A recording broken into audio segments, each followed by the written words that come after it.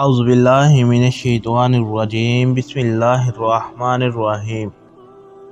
شروع کرتا ہوں اللہ کے پاک نام سے جو دلوں کے راز خوب جاننے والا ہے۔ شراز ٹی وی چینل دیکھنے والوں کو دل کی تہ گہرائیوں سے السلام علیکم۔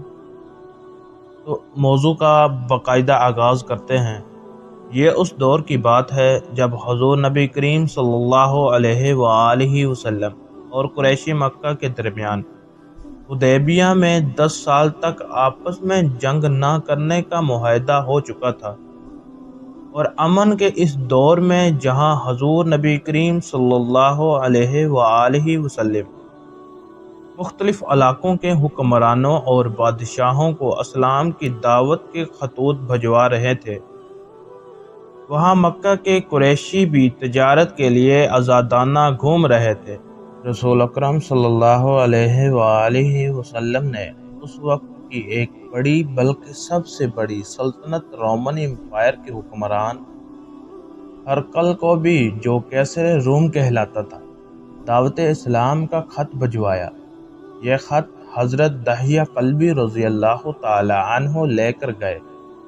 شام اس دور میں رومی سلطنت کا حصہ تھا، اور کیسر روم شام کے درے پر ایلیا میں آیا ہوا تھا، جبکہ جناب ابو سفیان بھی ایک تجارتی قافلے کے ساتھ وہیں قیام پذیر تھے۔ آپ صلی اللہ علیہ وآلہ وسلم کا ہرقل کے نام خط لے کر حضرت دحیہ کلبی رضی اللہ تعالی عنہ جب وہاں پہنچے تو ہرقل کو اطلاع دی گئی کہ حجاز سے ایک قاصد آیا ہوا ہے جو نئے نبی حضرت محمد صلی اللہ علیہ وآلہ وسلم کا خط اسے پیش کرنا چاہتا ہے۔ ہرقل نے خط وصول کرنے سے قبل حضور صلی اللہ علیہ وآلہ وسلم کے بارے میں معلومات حاصل کرنا ضروری سمجھا، اور اپنے اہلِ کاروں سے کہا کہ ان کے علاقے سے اگر کچھ لوگ یہاں آئے ہوئے ہوں تو انہیں میرے پاس لایا جائے تاکہ میں ان سے اس نئے نبی کے بارے میں دریافت کر سکوں۔ سرکاری کارکنانوں نے جناب ابو سفیان کو ڈھونڈ نکالا اور انہیں کیسر روم کے دربار میں پیش کر دیا۔ حضرت ابو سفیان فرماتے ہیں کہ کیسر روم نے ہمیں دیکھ کر کہا کہ تم میں سے جو شخص اس نئے نبی سے زیادہ قریبی تعلق رکھتا ہو وہ آگے آ جائے، جس پر میں آگے بڑھ گیا اور باقی ساتھی میرے پیچھے تھے۔ کیسر روم نے مجھ سے کہا کہ میں تم سے کچھ سوالات کروں گا، اس کے صحیح جواب دینا، اور میرے ساتھیوں سے کہا کہ اگر یہ کسی سوال کے جواب میں غلطی کرے تو تم اسے ٹوک دینا۔ اس کے بعد کیسر روم نے سوال کیے جنہیں ترتیب و وارش پیش کیا جا رہا ہے۔ کیسر روم نے پوچھا، اس شخص کا خاندان اور نسبت کیا ہے؟ حضرت ابو سفیان نے کہا، یہ معزز ترین خاندان سے ہے۔ کیسر روم نے پوچھا، اس خاندان میں پہلے کوئی بادشاہ گزرا؟ ابو سفیان نے کہا، نہیں۔ کیسر روم نے پوچھا، اس کے خاندان میں پہلے کسی نے نبوت کا دعویٰ کیا؟ ابو سفیان نے کہا، نہیں۔ کیسر روم نے پوچھا، اس کے پیروکار کمزور لوگ ہیں یا خوشحال؟ ابو سفیان نے کہا، کمزور لوگ زیادہ ہیں۔ کیسر روم نے پوچھا، اس کی تعداد بڑھ رہی ہے یا کم ہو رہی ہے؟ ابو سفیان نے کہا، دن بدن بڑھ رہی ہے۔ کیسر روم نے پوچھا، کوئی شخص اس پر ایمان لانے کے بعد مرتد بھی ہوا ہے؟ ابو سفیان نے کہا، نہیں۔ کیسر روم نے پوچھا، تمہیں اس شخص پر کسی جھوٹ کا شک گزرا؟ ابو سفیان نے کہا، نہیں۔ کیسر روم نے پوچھا، کسی قسم کے معاہدے سے اس نے غداری کی؟ ابو سفیان نے کہا، ہم اس وقت معاہدے کے دور سے گزر رہے ہیں، دیکھیں کیا کر رہے ہیں۔ کیسر روم نے پوچھا، تمہاری کبھی جنگ بھی ہوئی ہے اور کیا نتیجہ نکلا ہے؟ حضرت ابو سفیان نے کہا، متعدد جنگیں ہوئی، کبھی وہ جیتتا اور کبھی ہم۔ کیسر روم نے پوچھا، اس کی تعلیم کیا ہے؟ ابو سفیان نے کہا، وہ کہتا ہے کہ ایک اللہ تبارک و تعالیٰ کی بندگی کرو، تمہارے باپ دادا نے جو بت بنا رکھے ہیں انہیں چھوڑ دو، ان کو توڑ دو۔ اس کے بعد وہ کہتا ہے کہ نماز پڑھو، سچائی اختیار کرو، پاک دامن رہو، صلح رحمی کرو، اماندار بنو اور امانتیں ادا کرو اور وعدہ پورا کرو۔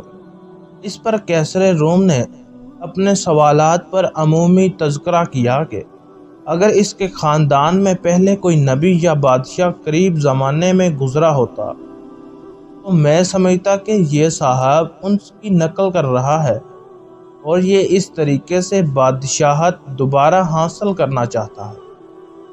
باقی باتیں جتنی بھی بتائی گئی وہ انبیاء علیہ السلام ہی کی شان ہے کہ اس کا تعلق شریف اور معزز خاندانوں سے ہوتا ہے اور ان پر ایمان لانے والا کوئی شخص انہیں چھوڑنے کے لیے تیار نہیں ہوتا۔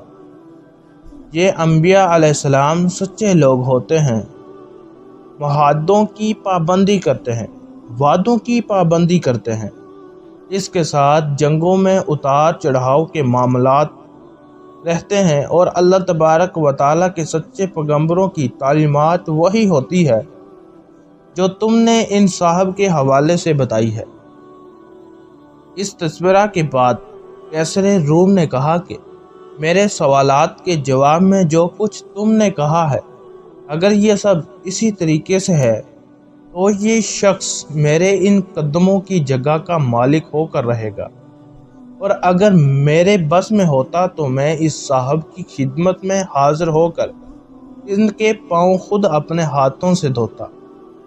اس موقع پر کیسر روم نے یہ بھی کہا کہ مجھے اس بات کا اندازہ تو تھا کہ ایسے ایک پیغمبر کا ظہور ہونے والا ہے، لیکن یہ معلوم نہیں تھا کہ یہ پیغمبر تم عربوں میں ہوگا۔ ابو سفیان کے بقول اس کے بعد ہمیں دربار سے نکال دیا گیا اور شاہی دربار کے دروازے بند کر دیے گئے۔ تو اللہ پاک سے دعا ہے کہ اللہ تعالی ہمیں حضور نبی کریم صلی اللہ علیہ وآلہ وسلم سے بے پناہ محبت عطا فرمائے، اور حضور نبی کریم صلی اللہ علیہ وآلہ وسلم کی آل پاک سے بے پناہ محبت عطا فرمائے، اور ہمارا خاتمہ ایمان پر فرمائے، آمین یا رب العالمین۔ کیسی لگی ہماری ویڈیو کمنٹس کر کے لازمی بتائیں، اور اس طرح کی مزید نئی اور اچھی اسلامی واقعات والی ویڈیو دیکھنے کے لیے ہمارے Islamic YouTube channel Shiraz T V کو لازمی سبسکرائب کر لیں تاکہ ہماری ہر نئے آنے والے ویڈیو کا نوٹیفیکیشن آپ کو لازمی موصول ہو سکے، اور کمنٹ سیکشن میں اپنی رائے کا اظہار ضرور کیجیے گا۔ جزاک اللہ۔